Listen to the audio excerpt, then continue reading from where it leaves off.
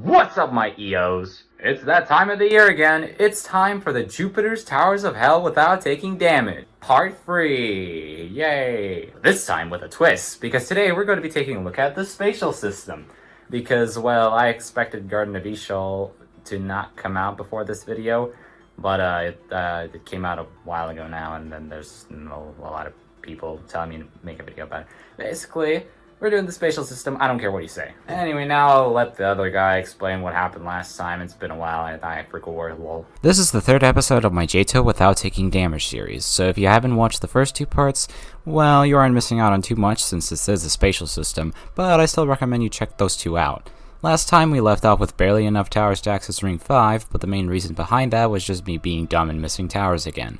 But before we get to those towers, let me update the rules a little bit.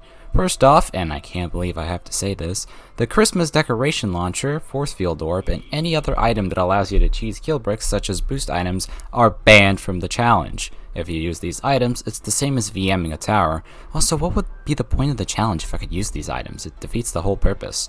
Secondly, these blue particle kill brick thingamajigs are allowed to be touched during the challenge, because they don't deal any damage and they only teleport you. And lastly, guess it's not only World 1 anymore, huh? I don't know why I even made that a rule, but it's lifted now, so woohoo. Also, one last thing. I want to thank kaishimi, coolestpip, and 𝗬𝗏1989 for helping me check if towers were possible damageless. If it weren't for them, this part would have taken much longer to come out. So now with that out of the way, let's hop in to Ring 1 with no more damage 𝗬𝗀.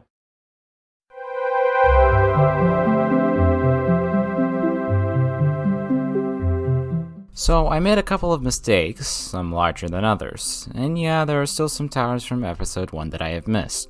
Whoops. Also, let me address the elephant in the room. Corner clip has been patched. You can still complete all the towers damageless from the previous episodes, and here's how. To complete Steeple of Meaningless Decisions, you have to get to the point where you'd normally corner clip, then just drop down to the bottom and heli clip through the frame.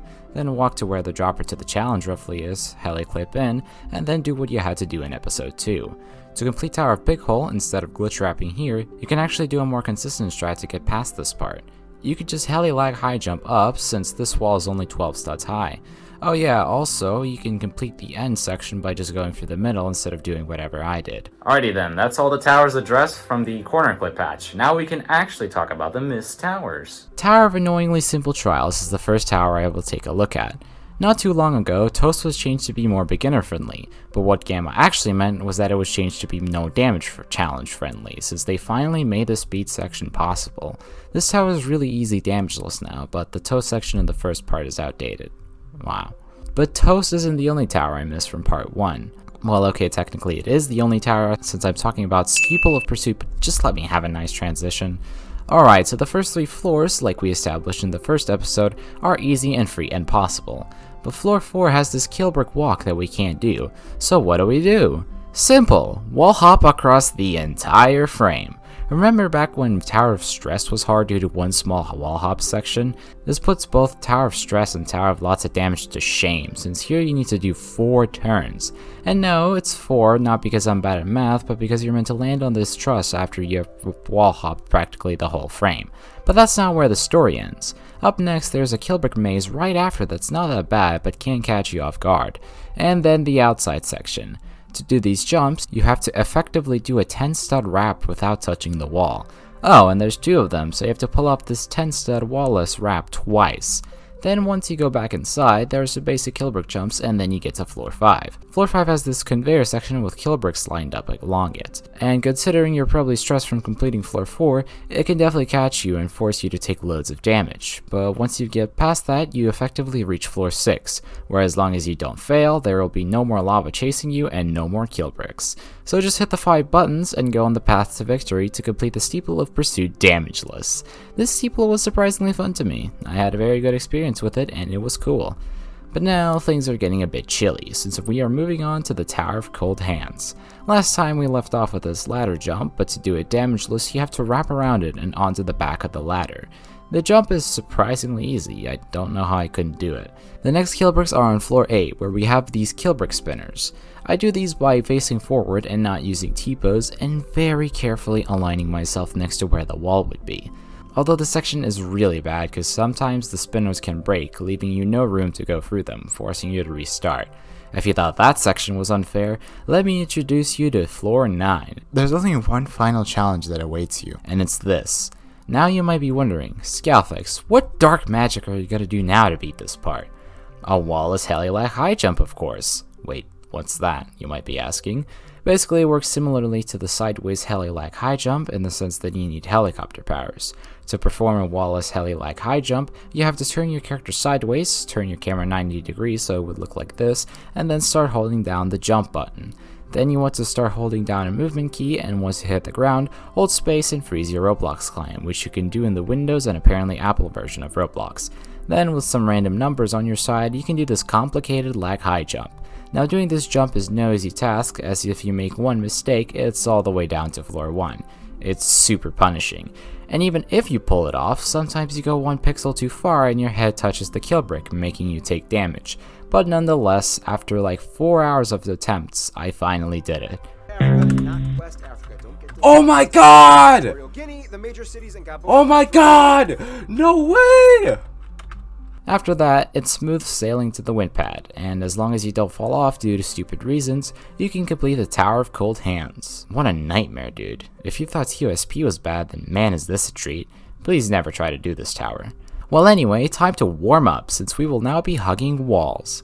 I really thought this would be impossible since this tower is like 𝗀𝗺𝗀𝗀𝗃 heaven, but I'm gonna prove that it's possible. Well, we last left off at floor 1, and to beat this section, you have to do a very strategic ledge grab and jump at the very last second. It's a weird strat, and there's probably a more consistent way to do it, but this is how I did it.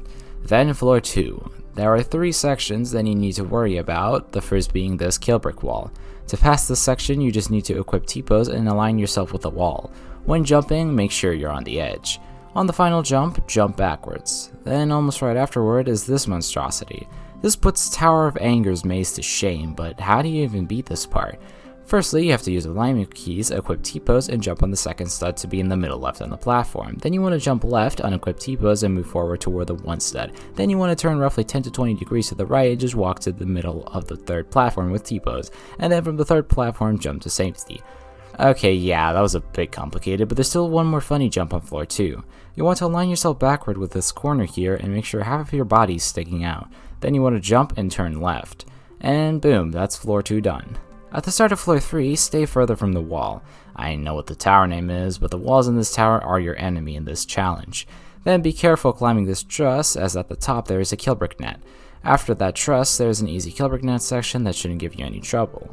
Now with this jump here, you could jump from the right side of the platform, but I recommend jumping from the left as there is less risk of taking damage. Moving on, floor 4. Make sure to use this intended skip to skip a really annoying section. And then after that, it's pretty easy. Just do the tower normally, be careful of some sections, and then before you know it, you beat the tower. Not that bad, honestly. So what else do we have in Ring 3? Yes, Tower of Slight Inconvenience. I actually beat this tower in the full runs video of part 2, but there are a couple of things I'd like to mention now. Firstly, the hardest jump in this tower now has a consistent strat, I think. So basically, you have to turn your character sideways and equip heli powers. Then just do the jump like you do normally, but unequip heli powers mid-air. This is either a placebo effect or a really good strat, I'll let you decide.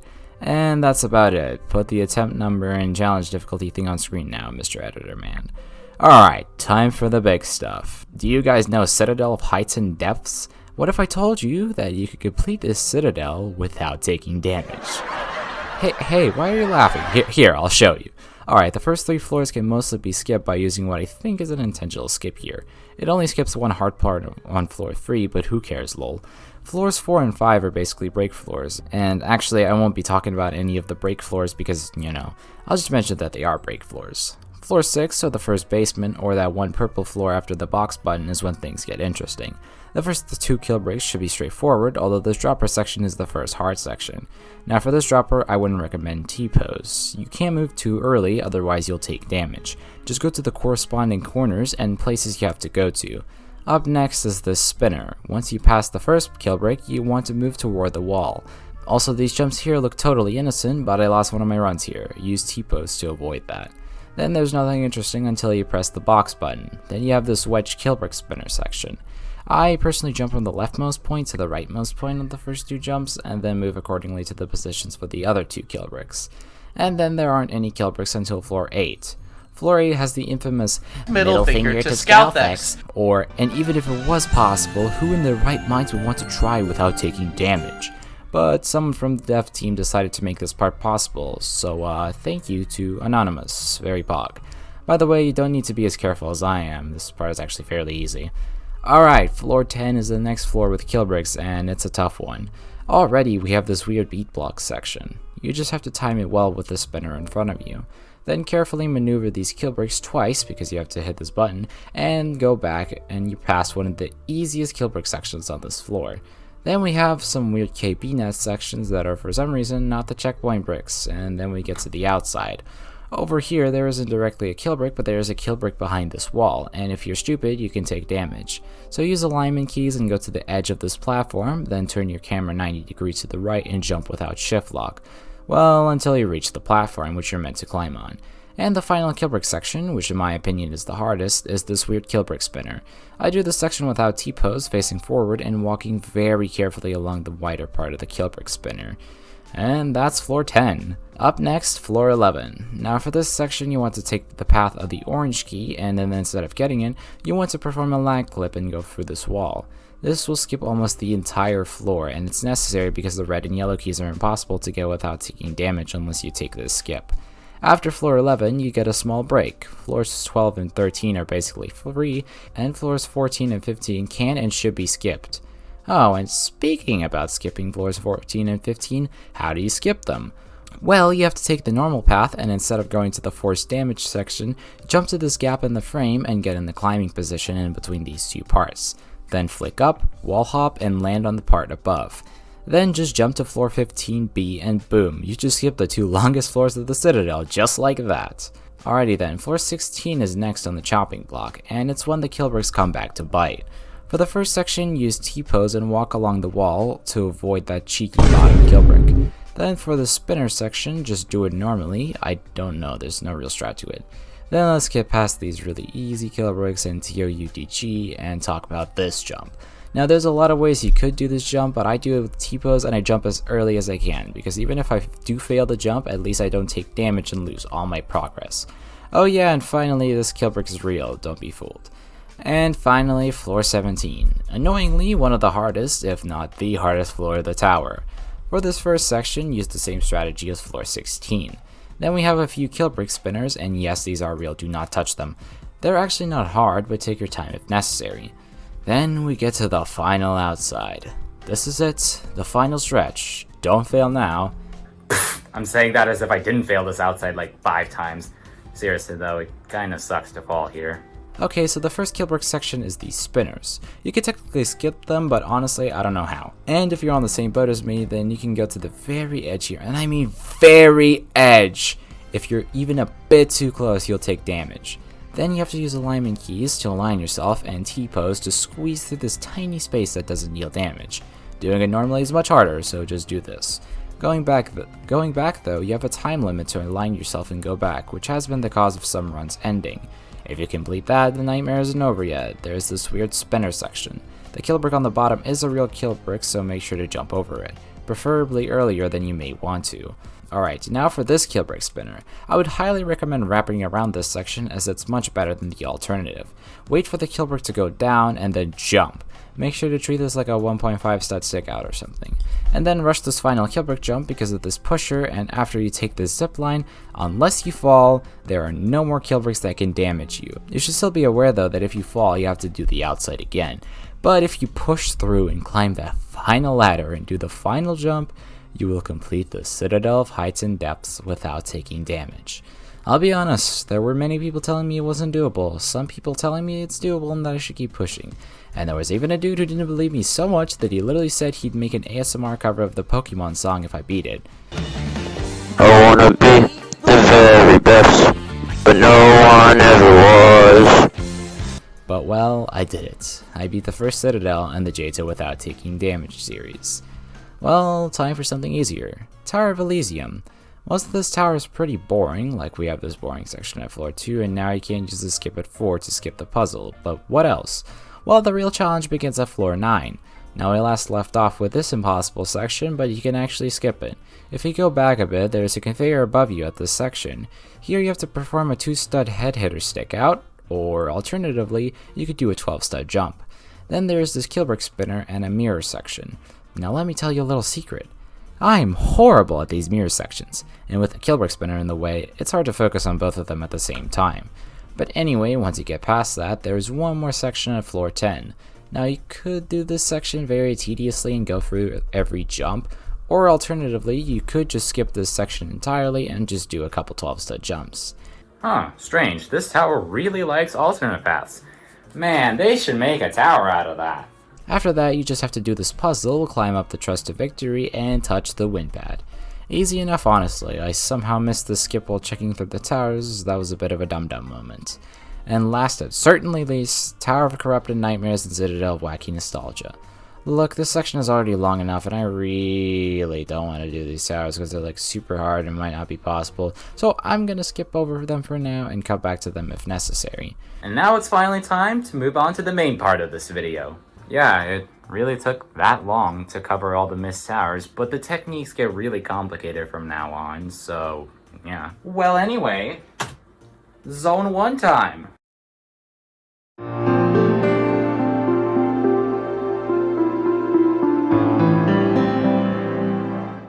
Welcome to the sea, and to World 2 of EToH. If you don't know what World 2 or the Spatial System is, let me simplify it real quick.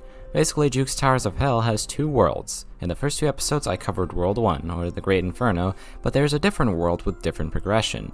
This world is called the Spatial System, and it has 10 zones, although currently only 5 or 6, depending on when I upload this, are currently released. So in this episode I will be towers in Zone 1 and Paradise Atoll, and then in the next parts I will be towers in Garden of Eshul, Ring 5, and Ring 6. Are we on the same page now? Good, because this intro section is getting abnormally long.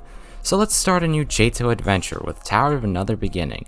Despite being the easiest tower in the game, not including maybe a tower, it is one of the hardest towers in Zone 1 damage lists. But what makes it so hard? Well, the sheer amount of damage bricks in this tower. So let's dissect this tower. Floor 1 doesn't have any kill bricks, they only start at floor 2 with these simple jumps. Nothing too crazy until you reach floor 3. While it isn't hard, it's a bit awkward to do these slanted jumps, so be careful. Floors 4 and 5 are notable, but floor 6 has this kill brick spinner section. To get past it, you have to jump off the first platform when the second spinner is in the middle, and then just keep going normally. Floor 7 is the floor that ended most of my runs. No, not this elevator section, but these pushers. To get past them, you have to go to the edge of the platform, face forward, and wait for the pushers to go to the other side, obviously, and then run as fast as you can without T-pose to the safest zone. Then, once you reach it, equip T-pose. You have to do this 2 times until you reach the last one, where you can just jump to the teleporter instead of doing it a 3rd time. After the teleporter, there are turrets, so don't instantly rush once you get teleported. Alright, time for the outside section. This first spinner thing is easy, the second one is more interesting. You have to wait for the spinner to go inward and then jump over it when they collide. And that's floor 7 done. Floor 8 has 2 key routes where there are damage bricks present. The red key has 4 spinner sections, and most of them you should be able to do after doing the lower floors of the tower. By the way, I recommend dropping down once you get this key instead of backtracking. The yellow key starts off with 3 kill brick jumps, do the first 2 normally, and the last one should be done as a wraparound. Then there are 4 squeeze sections, well, if you can even call them that. The first 2 are easy, and for the next 2, just do them as normal KB jumps without T-pose preferably. Again, just jump down instead of backtracking. Floor 9 is a break floor before floor 10, only containing simple kill brick jumps that even Tower of Hell players can complete. Alrighty, floor 10. The first hard section is the kill brick shovers that move at the speed of light. You want to get as close as you comfortably can to the pusher, and then once it goes the other way, make a run for it with T-pose, and do this 4 times. Alright, now for the funny section. How the hell do you get past this turret? Well, you have to wait until the turret leaves to start moving forward. Then hold jump once it's about to sweep towards you. Then just keep jumping forward to the ladder and hope for the best. It's the most consistent strategy me and coolestpip can think of, so, try it. And for the final stretch, this massive kill brick spinner. I think it should be self-explanatory. Do 2 jumps, jump over spinner, and repeat this until you get to the end. And then there's just 1 more trust to climb and you complete the tower. Good job, that was surprisingly hard, or I have a massive skill issue, I don't know. Hold on. This just in. They have released a brand new 𝗦𝗀𝗃 update in the middle of me making this video. Uh-oh. So, there's a new tower in Zone 1, and it's called Tower of Zero Disturbances. I will talk much about the avoidance of kill bricks in this section, since like Tower of Phone Snapping, I don't need to tell you how to do any of the kill brick parts as they are very easy. Although I will talk about some of the coolest kill brick usages in this tower, like the X pusher button at floor 4, this balloon section at floor 5, all the turret sections, the beat block sections at floor 7, the balloon section in 10, and that's about it. I actually didn't need to beat this tower as I have beaten 𝗬𝗎𝗃, but I know that there will be 9-year-olds in the comments section telling me I forgot to talk about 𝗬𝗎𝗃. Well anyway, time for the next tower. Top Hat. Lol, the acronym sounds like Top Hat. Hilarious! But unfortunately, at floor 8 there is a kill brick that is impossible to avoid. It is 10 studs and it's slanted, so that's a shame. But no need to cry, because we are going to be submerged in water now, because it is time to play Tower of Atlantic Depths. There is only one section with damage bricks at floor 5, but it's really easy. There's also floor 7 that has a KB net section, but just don't fail this easy obstacles and you won't take damage. After that, there are no more kill bricks and you win. That wasn't so bad. In fact, it was pretty easy. It's time to get sweaty, because we're looking at Tower of Hand Sweating. The only reason why your hands would even sweat on this tower is because you passed the really stupidly hard parts on the beginning of this tower. Let's be real here. This tower actually doesn't have any kill bricks, or they're so insignificant that they might as well not be there. So no hand sweating for me. Now let's get in a calmer mood. We're in the Tower of Peace now. Floor 4 has a kill brick walk section, but even if you can't pass this section, there's another kill brick walk section at floor 10 that we definitely can't avoid. So I'm gonna peacefully move on to the next tower, the Tower of Mirrored Heck. Isn't Mirrored Heck just heaven, though? Or am I thinking wrong? Despite this tower being heavily revolved around kill bricks in the beginning, it gets easier after each floor, until eventually there are no more kill bricks. So let's take a look at all the sections to see if they're possible. Floor 1 has... Alright, listen, this tower has kill brick sections that are very simple to figure out. I don't want to say jump over kill brick and do this as a wraparound, since it will get repetitive after a while. My viewer retention rate will die, as if it hasn't died already. Basically, the outside sections are a bit hard, and after the first 3 floors there are no more kill bricks, and it becomes free. Just pay attention to your surroundings and play the tower like you would normally. And yeah, that's Tower of Mirrored Heck. That was not that mirrored. Now we move on to the Tower of Contractual Obligations. Floor 1 has 3 kill brick jumps. Next, floor 2 requires T-pose unless you want 3rd degree pain. Next, floor 3 has a funny spinner. Get to the middle point and only then you can run to the end of the platform without getting screwed over by the first spinner. Next, floor 4 has a conveyor section. Just jump over the kill bricks, it's nothing too groundbreaking. Floor 5 doesn't have any kill bricks, but it has comically large spinner, so avoid that, cause why not. Floor 6 has one KB section, which you can do with even without T-pose or a brain. Wow! Oh, something interesting? Floor 7. So for this jump, I recommend you to jump from the right side. I don't know if it makes too much of a difference, but you get more space. Then you want to carefully avoid the kill brick cylinders twice, because there are 2 sections with massive granite cylinders. Floor 8 has 2 spinner sections you need to pay attention to. For the first one, you have to time your jump off the X pusher correctly, but for the second one, you want to avoid getting in the climbing position. After that, the floor is free. And the final heart section is at floor 9. There is a really tight section near the end of the floor. To complete it, follow where I go with T-pose. Then unequip T-pose and carefully go down. Follow along without T-pose and then you can complete this section. Yeah, that was seriously the hardest part. That wasn't so bad now, was it? And floor 10 has a kill brick safety net over effortless gameplay, so just don't fall. Instead, climb the ladder to victory and complete the Tower of Contractual Obligations. I tried beating this tower on stream, but I somehow couldn't do it. Skill issue, SMH. Toys. Sadly, I don't have any toys, so this gag will not work for me. Oh well, what a shame, guys. What? Oh, there was meant to be something here, actually, but I put it somewhere else. Oh well. Your run on Tower of Yearning Success ends on floor 4, I think. I don't know anything about this tower, or maybe it might be possible, but I've had some other sources verify it's not possible, so I trust them with my heart and soul and mental health, because if it's possible, a horde of 10-year-olds will comment that toy is actually possible damageless and I have to do like a dance clip or something stupid like that. Anyway, next tower? Tower of Wanting Extra Levels. I don't think I want any extra levels from this tower. This tower is not possible due to floor 2. There is a kill brick net we must land on in order to progress, so thankfully I can skip this tower like a boss. Problem? Make sure to keep that anger from those two towers not being possible, because we're taking a look at Tower of Absolute Vexation. Although the only floor you'll get mad at is floor 1, since this floor is luck-based and hard to do. You might be wondering, how the hell are you supposed to get past this moving platform that phases you through a kill brick? Well, my friend, just like with TOSP, we have to use the ledge grab technique. To do this part, you have to go to the left end of the moving platform once it arrives, ledge grab, and then use alignment keys to align yourself to 0 degrees. And then, with a bit of luck, you can get past this section. Or you could do what StormT did. I don't know what he's doing here, but yeah. Then, when you get on this giant spinner, make sure you move closer to the middle, because there is a kill brick spinner on your left. Speaking of that kill brick spinner, there's one last section you need to get past. To complete it, you have to face forward and time your movement perfectly. Make sure half of your body is outside of the X pusher. After that, you've basically beaten the tower. I mean, there aren't any more super inconsistent sections if you know the strategies. Floor 2 starts off with this strange section. You have to wait for the kill brick wall to pass the spinning part and then rush as fast as you can to the safe platform and hug the wall. Once the other kill brick wall passes by, continue the tower as normal. The other two parts that have kill bricks are meant to be avoided, so just don't be dumb and then you can complete the thing. Floor 3 has one kill brick section. To get past these thick damage parts, you have to pretend these jumps are wraparounds, but you can't touch the wall. The rest of the floors are fairly easy, not including floor 6, but give me a moment please.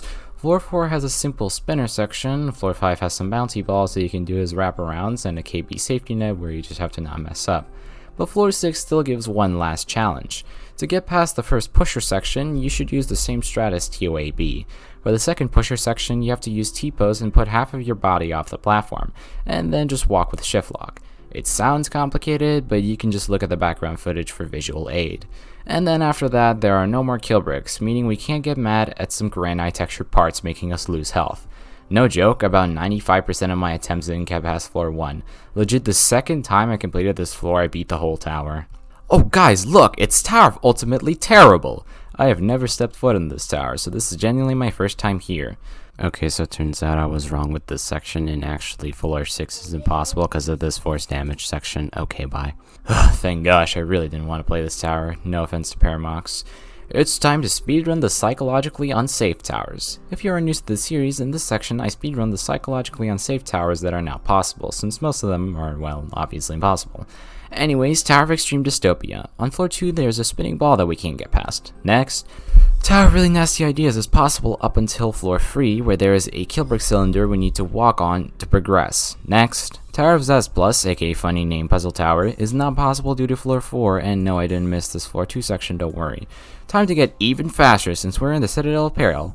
Or not actually, because it's possible? Okay, listen, this Citadel is genuinely one of the hardest towers in this challenge. Like, its difficulty is peak, extreme, or terrifying at the very minimum. For the sake of my own sanity and to release this video in 2022, I will be doing the Citadel once I have the skill to do it. Got it? Okay, good. Moving on. Tower of Thinning Layers. This tower, weirdly enough, was quite relaxing to beat. I don't know, there's just no risk of instantly restarting your run due to one mistake, apart from floor 10, but we don't talk about that. I could use my normal EToH skills here, and it was a fun time overall. This also makes Tower of Thinning Layers the first soul-crushing tower completed damageless, so that's pog.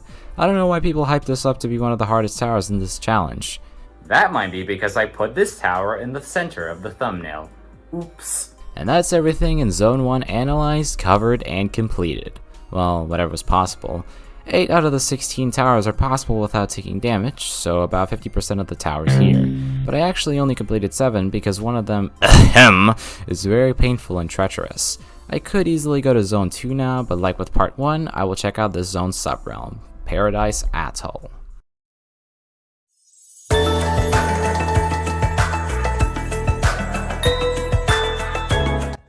Welcome to Challenging Atoll, Paradise Atoll. I don't know what came over me. This subrealm gives me so much nostalgia for some reason. It reminds me of the good old days of summer 2021, my favorite upload season. It was also the first area release that I kept track of, so there's that too. So let's take a look at the steeples and towers and see which ones are possible damageless. Let's start off with the first and easiest steeple, Steeple of Mystical Marine. Despite being the easiest, it has some tricky damage sections, so let's take a look at them. I won't cover any of the easy sections because I really can't be bothered, and also we are roughly 35 minutes in, so I should hurry up.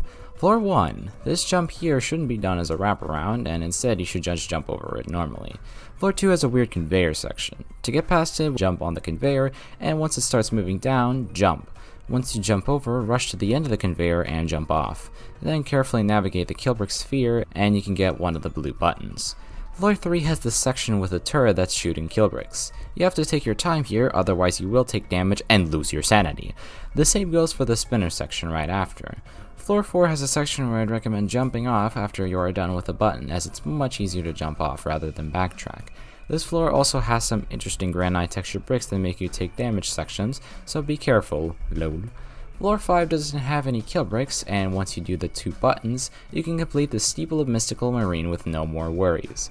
This steeple does have kill brick sections, they're all just exceptionally boring to talk about. So next thing is Steeple of Among Us. Thank you for saying that for me. I didn't want the little kids to clip that and use it to bully me.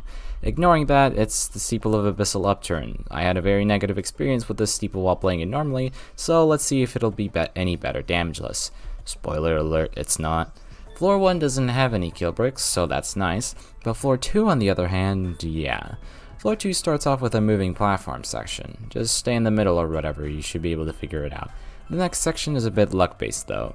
Why? Because of this moving Killbrick wall. I swear to freaking gosh, this Killbrick has like a mind of its own. Sometimes it goes one way, sometimes it goes the other way. It just cannot decide, man. Sometimes it goes up, sometimes it goes down, and it's really freaking annoying. Floor 3 is when things get harder. To start, there's a spinner section with damage parts, so to get past this part, you have to stand next to the pusher without T-pose. Then once it moves, just rush the section. That's how I got past it anyway. Afterward, there is a moving platform section, and in this section you have to dodge urchins, and if you touch one of them, a glitch or skip might get patched, be careful. Right after the urchin section, there is a moving ladder with a spinning killbrick. Just time the climb right, and you should be good. Floor 4 starts off with bouncing and spinning killbricks. I don't know how to do this section consistently, just go when it goes up, stop in between the 2 platforms, and hope for the best, I guess. Once you're in the middle, wait for the damaged parts to go up again, and jump onto this cube. The hardest part of this floor is definitely this cube here. For some reason, there are killbricks here, and they are extremely inconvenient. There are many different strategies for this section, but here's what I used. First off, I jumped to this edge on the right. Then I walked up to the highest point of the cube, and then jumped to the edge that's closest to the next section without T-pose or shift lock. And then I just progressed normally. The next section is also horrible. There's a turret shooting killbricks and you have to jump over them. Press this button, then go back and jump over to this platform. Pretty straightforward, although be careful here and take your time since it's surprisingly difficult to pull off. Then you have to wait for the loose platform to go above the killbrick and then jump as fast as you can over to the next platform. The next floor to contain killbricks is Floor 5. Floor 5 starts off with a fun RNG section, because here on the 𝗬𝗃 No Damage series, we love inconsistent and luck-based gameplay. Just jump with T-posed and hope for the best. After that, a moving platform with a killbrick spinner on it. How lovely. Surprisingly enough, it's actually easy, but it's only a warm-up for the next section. You guys like beat blocks? Because you'll have to dodge killbricks while the beat blocks are changing. Doesn't that sound like fun? Thankfully, you can skip the final killbrick, which makes this section easier. X-pusher section, just go up past these 2 killbricks and jump. But that's not where the madness ends, because for some reason there's a turret here that shoots out a lot of bricks. Time your jumps and wait for the turret to pass by, then rush as fast as you can to the wall. After that, you can just skip whatever madness is to my right, and then you reach Floor 6. The first obstacle of Floor 6 is this morpher section. You have to go to the left portion of the morpher and then you can easily dodge everything. And for the final spinner section, just go on the spinner that doesn't have the damage thing and it will be really easy. And after all that, you can finally complete the Steeple of Abyssal 𝗦𝗋𝗆 damageless. Why did that take so long? I have no idea. Let's hope I don't go as in-depth for these next towers. The acronym for the steeple is SOSIS. I don't know why my brain keeps thinking it's so sus. Only 2 floors with killbricks. Let's get this over with swiftly because this video is already long enough. Floor 4 are killbrick spinners over obstacles. You can use this sphere to do the obstacles easier. I don't know if it's a placebo effect or if it actually helped. Floor 5, a bunch of stuff to avoid. Although there's only one section I will talk about since the rest is rather boring and unnecessary to explain. There's a survival section near the end of the floor where there are two really slow spinners that collide with each other at some point. For this section, you want to stick to the edge for as long as you can, but at some point you will have to move closer to the middle because for some reason the button reactivates if you're too close to the edge. Nice! After that, just a few more damage sections, and you can beat the Steeple of Sunny Island shenanigans damageless. This steeple was honestly one of my favorites in Paradise Atoll, well, not in terms of damageless, but just a normal enjoyment and decoration. But let's move on to SOAR. I've called this steeple of Alien Radiance more than I'd like to admit. It's the Steeple of Aquatic Rallies, yeah. I don't have much to say about this steeple. All the bubbles which deal damage are easy to avoid. There's a couple of scary parts like this conveyor section where you can't jump, or the moving platform jump, but still it's really easy. This steeple was so annoying to complete on my main account, and thankfully I don't have to rebeat it because of floor 5. This zipline makes you take damage and you can't dismount from it early. This steeple has ruined our streak, but oh well. Now I'm going into unknown territory in terms of PA towers. 𝗬𝗎 was the last steeple that I beat before doing the no damage challenge, so yay? Floor 1 doesn't have any kill bricks thankfully, but the next floor does. Floor 2 has this weird low roof section where you have to not touch the ceiling, but the bigger threat is the floor. If you touch it, you take damage. Now isn't that fun? Floor 3 doesn't have any kill bricks, but I just wanted to point out this ice section, which is the most fun thing in Paradise Atoll. Floor 4 has a slippery section with kill bricks as the spills. Oh wow, that's another cool thing about this steeple. You know what, maybe I'll forgive this steeple for the kill brick floor, just maybe. I'm gonna hold my horses though. Alright, the section you've been waiting for. Floor 5. There's an X pusher that's rotating towards spinning kill bricks, so how the heck are we meant to get past this? Simple, by going to the very edge. Wait until the spinner goes to the left side, push the pusher, and try to stick to there as long as you can. It's not super consistent, but what else are you gonna do? Actually do it legit? After that, there isn't anything significant, so that's another steeple added to our checklist of possible steeples. This tower might be possible, but I doubt it because of the section of floor 3. You have to jump over on the kill bricks poles in order to progress, so this is so sad but also not sad because this tower would be very challenging. This section will become ironic if this tower is actually possible. Welcome to the hardest steeple that is possible damageless in Paradise Atoll, Steeple of Cliffside Falls. Despite that, it's not very hard if you get consistent at it, it's just hard to learn at first. So floor 1 has multiple kill brick sections, but the only one that matters is the box survival section. There are many different ways you can do it, although I sort of with the 2 square side, I don't know what I meant by that by the way, and then move along the cube so that I don't have to jump off on a spinner section. If you get consistent at this section, then you're going to be good to go on this steeple. There's also this weird moving kill brick, but you just have to jump over it at the right time, like you would with a normal kill brick. Floor 2, jump on the edge of the regular part on the spinner and try to jump off as early as you can.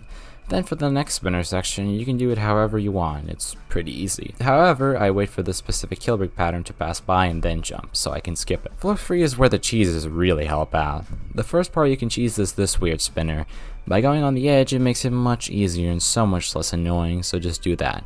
And then this moving beat block kill brick spinner, wow that was a mouthful, can also be majorly skipped by backtracking to this part and then just waiting for it to reach its destination.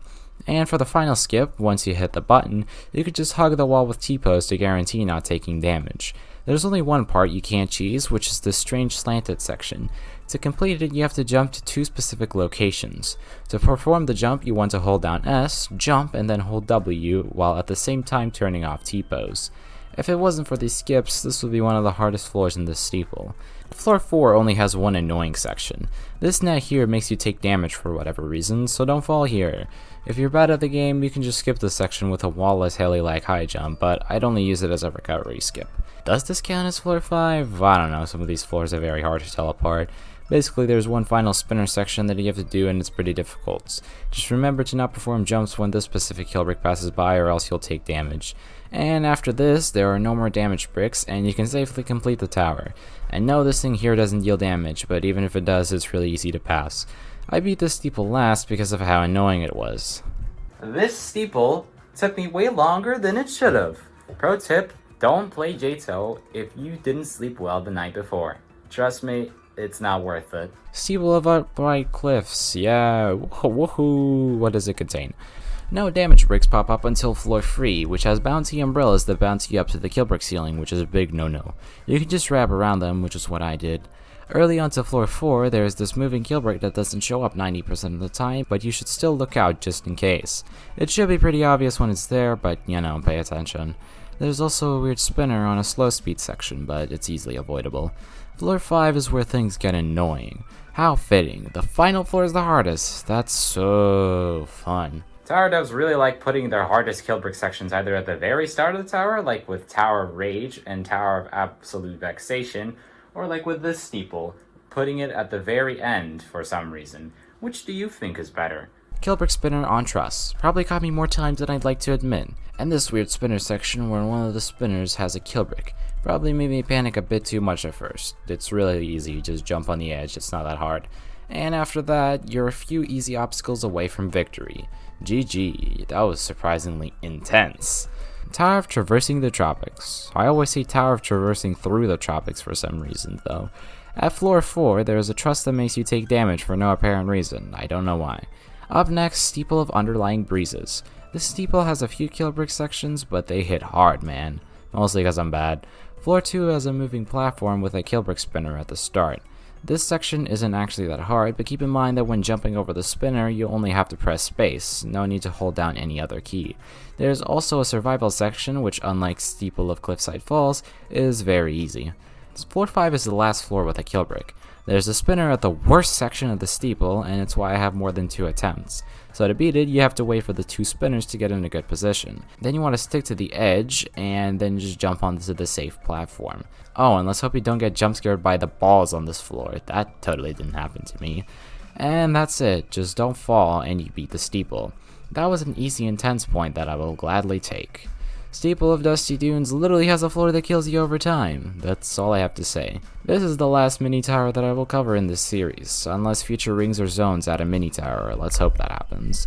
Ironically enough, this mini tower is not possible damageless because of floor 3, and there's also floor 4. How disappointing. And with that, we have analyzed everything in Paradise Atoll. 8 out of the 12, or 8 out of the 13 towers, are possible without taking damage, which sounds really good, but all of them are steeples, so in reality we only got 4 tower points. Still better than nothing.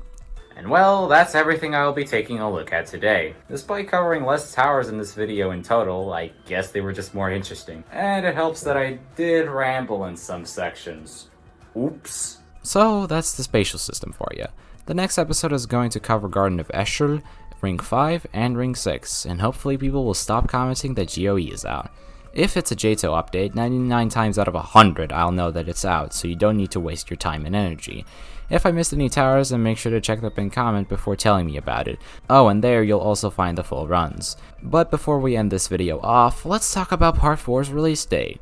This time, I'm going to let someone else decide the release date of the next part, and that someone is 𝗬𝗏𝗏𝗏𝗏𝗏, or I guess anyone from the staff team in 𝗬𝗀. I'll accept any date after June 30th, and if you want to submit a release date, tell me in the comment section or ping me in the Epic Stuff channel. If literally no one responds, I guess I'll just release the video on the first part's anniversary. Oh gosh, I rambled on for way too long. My editor is probably really mad at me for making this outro super long. So let me just do the funny and do the outro. But anyway, remember everyone, stay in school, don't do drugs, and stop asking Scouthex about the release date of the next part. I definitely won't tell you because I don't know either. I'll see you in the next one.